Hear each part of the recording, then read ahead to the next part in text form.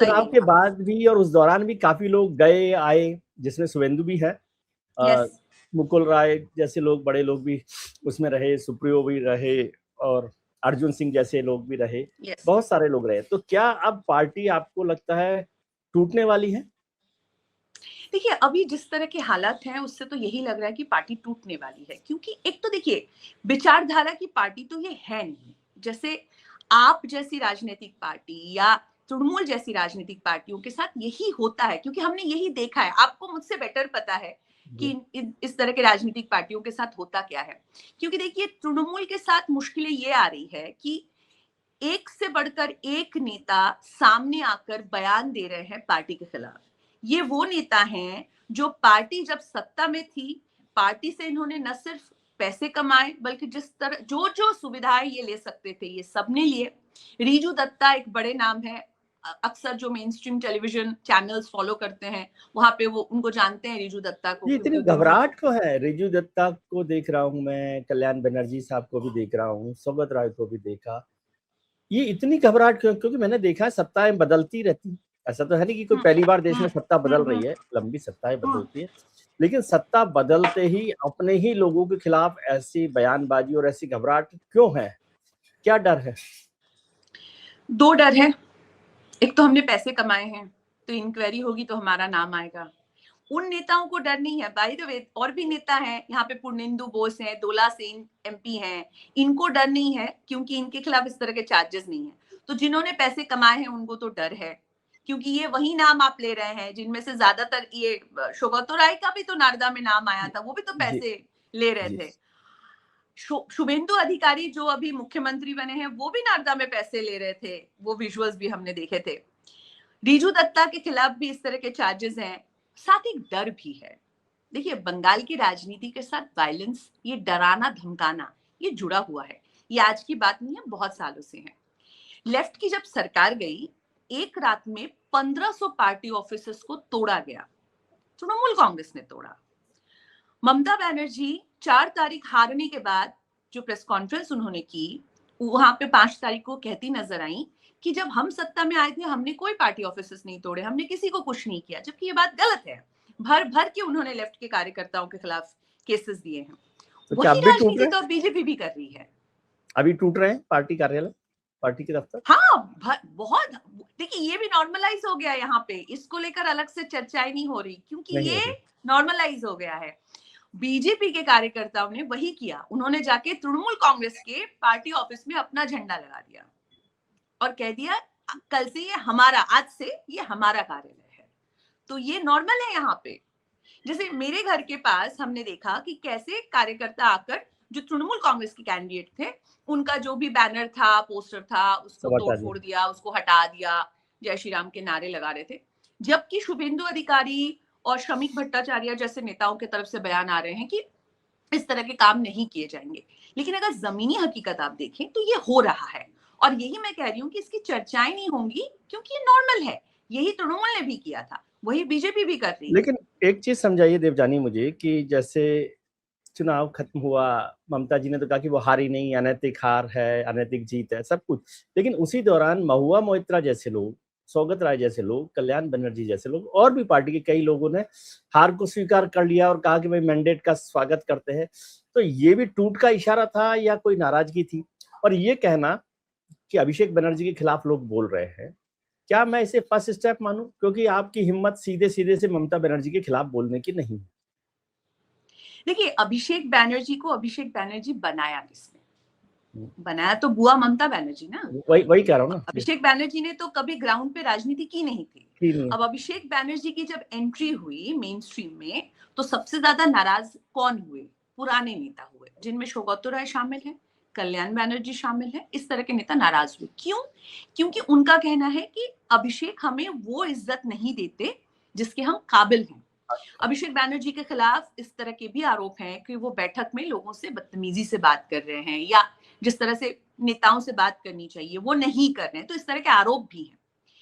मैं आपको बता दूं, अभी जो मीटिंग हुई ममता बनर्जी के घर पे उनके कार्यकर्ताओं के साथ नहीं, उन लोगों के साथ जिन्होंने जीत हासिल की है इस बार के चुनाव में, 10 एमएलए मिसिंग थे। 10 एमएलए पहुंचे ही नहीं। तो ये आप मान के चलिए कि 10 एमएलए अब तैयार हैं बीजेपी के साथ जाने के लिए।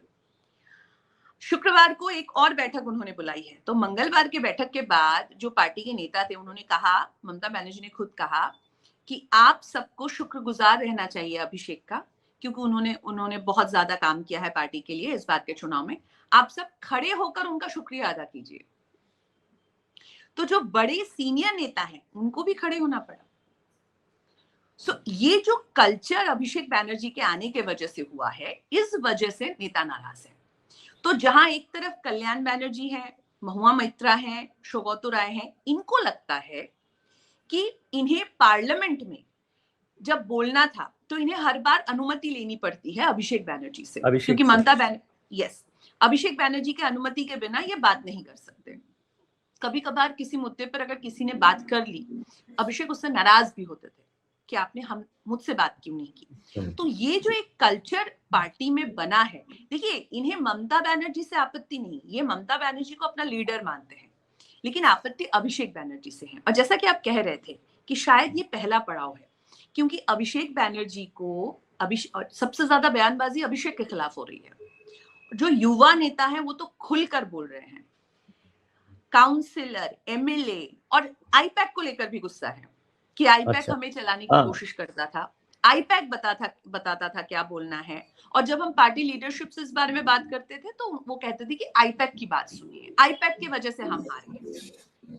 ये तो कल्याण बैनर्जी लेकिन आईपैक की वजह से जीते भी तो पिछले चुनाव। तो हारने के बाद तो लोगों को लगता है ना कि वो तो भूल जाते हैं कि क्या किया था हमने गलत काम किया। अभी दिल्ली में जो सबसे बड़ा सवाल चल रहा है देवजानी, वो है कि क्या ममता बनर्जी को जेल जाना पड़ेगा, पहला सवाल। और दूसरा सवाल, क्या स्प्लिट होने वाली है, पार्टी टूटने वाली है? क्योंकि 10 एमएलए से तो पार्टी नहीं टूटेगी, 80 एमएलए हैं तो बड़ा मुश्किल काम है एमएलए को तोड़ना, लेजिस्लेटिव असेंबली पार्टी को तोड़ना।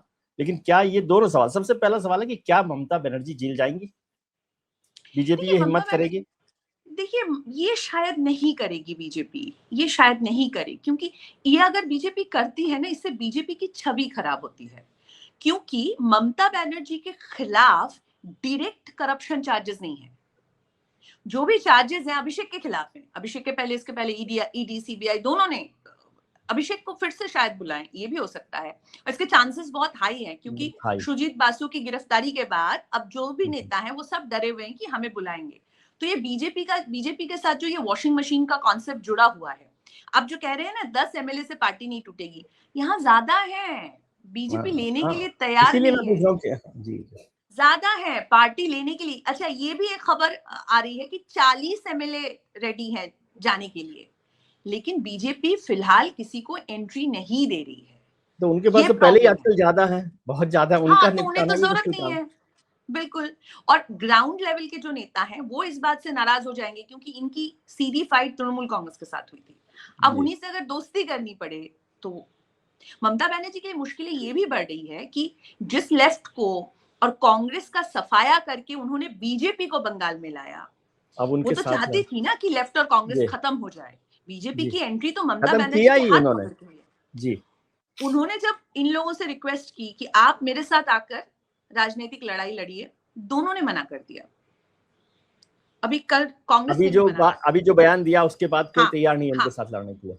नहीं, लेकिन राहुल गांधी ने तो कहा था कि हम ममता जी के साथ चलेंगे, नहीं चलेंगे। नहीं, वो दिल्ली में, यहाँ नहीं यहाँ के लिए मना कर दिया कांग्रेस ने, और लेफ्ट ने परसों मना किया था, कांग्रेस ने कल मना किया जी। अच्छा, दो चीजें और समझाइए देवजानी, आप बहुत अच्छे से समझते बंगाल को। दो बड़े विषय थे जो ममता के लिए जीत के कारण बन सकते थे। हार के कारण बने कि नहीं बने मुझे नहीं पता, लेकिन जीत के कारण बन सकते थे। वो था एक वुमन वोटर, महिला वोटर, जिसको हम लोग बार बार कहते रहे और दूसरा भद्रलोक।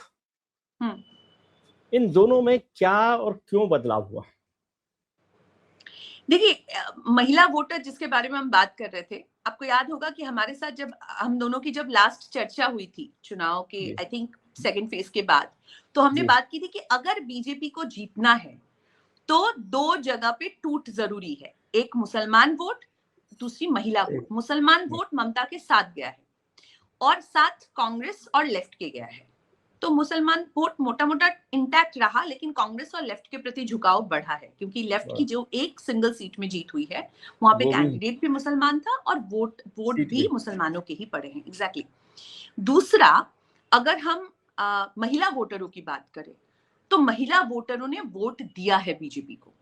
ये जो स्कीम को डबल करने की बात बीजेपी ने इस बात कही, 2021 से ये स्कीम चालू हुए थे, लेकिन इसके पहले कभी स्कीम 2024 में भी इसकी बात बीजेपी ने की नहीं थी। 2026 के चुनाव से पहले बीजेपी ने डबल करने की बात कही। अन्नपूर्णा स्कीम 3,000 रुपए मिलेंगे, ममता 1,500 से 3,000। तो ये सारे जो स्कीम आ रहे हैं 1 जून से इनको लागू किया जा रहा है बंगाल में। ये जो गरीब तबके की महिलाएं हैं उनके लिए ये इसने बहुत बेहतरीन काम किया। तो अभी भी वो ऐसे आप थोड़ा सा इसको और करेक्ट करें मुझे समझाने के लिए कि क्या महिलाओं ने योजना को डबल करने की वजह से ममता बनर्जी का साथ छोड़ा, या महिलाओं ने भी महिला के बजाय हिंदू वोटर के तौर पर जो उनकी फैमिली में हो रहा था, जो हिंदू मेल्स ने साथ दिया, उस वजह से वो महिलाएं बीजेपी के साथ है? आप ऐसा कुछ स्टडी आपको समझ आई? देखिए, जब बात कर रहे हैं ना इन महिलाओं से, जिन महिलाओं ने, जो गरीब तबके की महिलाएं हैं जिन्होंने वोट दिया, उनके जुबान पे स्कीम है, उनके जुबान पे हिंदू मुस्लिम नहीं है, उनके जुबान पे पैसा है। क्योंकि देखिए, रोजगार की बात कोई नहीं कर रहा, यहाँ पे सिर्फ इस तरह की स्कीमों की बात हो रही है। ममता ने भी दिया, अब बीजेपी भी देगी। अभी महिलाएं बहुत खुश हैं क्योंकि उन्हें इन स्कीम का फायदा मिलेगा। ये जैसे मैं आपको एग्जांपल देती हूँ, जो शहरों में जो घरों में काम करती हैं, हाउस हेल्प की जो काम करती हैं, उनको वहां से एक पैसा मिलता है और ये एक एक्स्ट्रा पैसा मिलता है, एक्स्ट्रा पैसा मिल जाता है। यस, तो उन्हें इस चीज से फायदा होता है। हमारे भारत की राजनीति में ये बिल्कुल सही बात आपने कहा कि एक होता है कि हस्बैंड अगर कहे कि इसे वोट डाल दो तो वो देते हैं। लेकिन बंगाल की महिलाओं ने, क्योंकि पहले ही ममता के जमाने में देख लिया था कि इस तरह के स्कीम का फायदा क्या होता है, तो उनके लिए ये फैक्टर ज्यादा इंपॉर्टेंट है। बिल्कुल ऐसी महिलाएं तो होंगी। मुझे याद है पॉलिटिकल साइंस में हम पढ़ते थे कि महिला वोटर को किस तरह से हस्बैंड इन्फ्लुएंस करते हैं कि आप यहाँ पे वोट डाल दीजिए। लेकिन बंगाल के लिए कुछ हद तक आप जो कह रहे हैं ये पॉइंट है, लेकिन ज्यादा महत्वपूर्ण स्कीम का पैसा डबल होने के लिए है। ठीक है। और जो दूसरा हिस्सा है, बड़ा हिस्सा, जिसके लिए हम लोग बहस करते रहे, हम दिल्ली में बैठ के सोचते थे कि भद्र लोग तो कभी भारतीय जनता पार्टी के साथ जाएगा ही नहीं, क्योंकि वो कल्चरल डिफरेंस या बांग्ला अस्मिता या सब, वो सब नहीं, वो उसकी एंट्री बंगाल में, ये जो पोलराइजेशन की जो पॉलिटिक्स है, इसकी एंट्री कुछ सालों पहले अनऑफिशियली हुई है, क्योंकि बंगाल के लोग ये मानना नहीं चाहते थे कि हम भी ऐसे बन रहे हैं। वक्त लगा, जी। हमें भी वक्त लगा, मैं ये भी कहूंगी, क्योंकि हम जिन लोगों को देखते हैं, देखिए सोशल मीडिया में लेफ्ट और लिबरल और कांग्रेस और बीजेपी, इन सब की एंट्री है सोशल मीडिया में। लेकिन जो ये लिबरल, एक मैं आपको बताती हूँ, 2024 से पहले एक गाना यहाँ के जो बुद्धिजीवी है उन्होंने रिलीज किया। उसमें एक लाइन है, मैं आमी अन्य कोथाओ जाबो ना, आमी এই দেশেতেই থাকবো, मतलब मैं कहीं नहीं जाऊंगा, मैं यहीं पे रहूंगा। आप, और उसमें लाइन है कि आप पुराण को इतिहास कहते हैं और हमारे इतिहास को पुराना कहते हैं, ये सारे लाइन्स हैं। उस वीडियो में कौन थे? उस वीडियो में वो लोग थे जिनको हम लिबरल लेफ्टिस्ट कहते हैं, या लेफ्टिस्ट नहीं फिर भी लिबरल कहते हैं, लिबरल कहते हैं। नाट्यकार थे, फिल्म स्टार, ये सब लोग। 2026 में ये कैंपेन हुआ ही नहीं, इस कैंपेन की बात नहीं हुई। 24 में there was a campaign called no vote to BJP, और ये लिबरल, लेफ्ट लिबरल भी ये तृणमूल के साथ गए थे, लेकिन 2026 में इनके तरफ से कोई कैंपेन ही नहीं हुआ।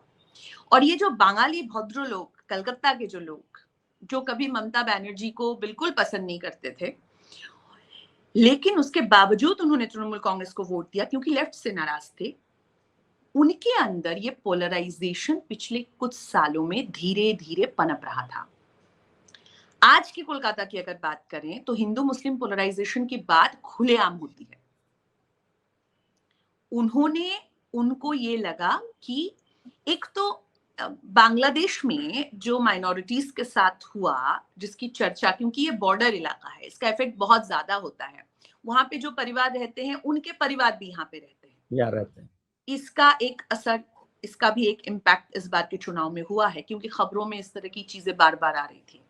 दूसरा, जो ये लिबरल बंगाली जिसे कहते थे, वो हर कोई लिबरल नहीं है। पोलराइजेशन की पॉलिटिक्स अगर पूरे भारत में हो रही है तो वो उसका असर बंगाल में भी दिखा। और यही बात है कि कलकत्ता जैसे शहर में दक्षिण से लेकर उत्तर तक कई सारे सीटों में बीजेपी को जीत मिली है। कैंडिडेट की अगर बात करें तो कैंडिडेट इतना महत्वपूर्ण नहीं था यहाँ पे, नहीं था। बहुत ही आम सा नॉर्मल सा कैंडिडेट है, लेकिन पार्टी यहाँ पे बीजेपी है। तो वो जो एक था ना कि हम अलग हैं और हमको छू नहीं सकता, वो बहुत पहले छू चुका था। ये ऑफिशियल एंट्री हुई।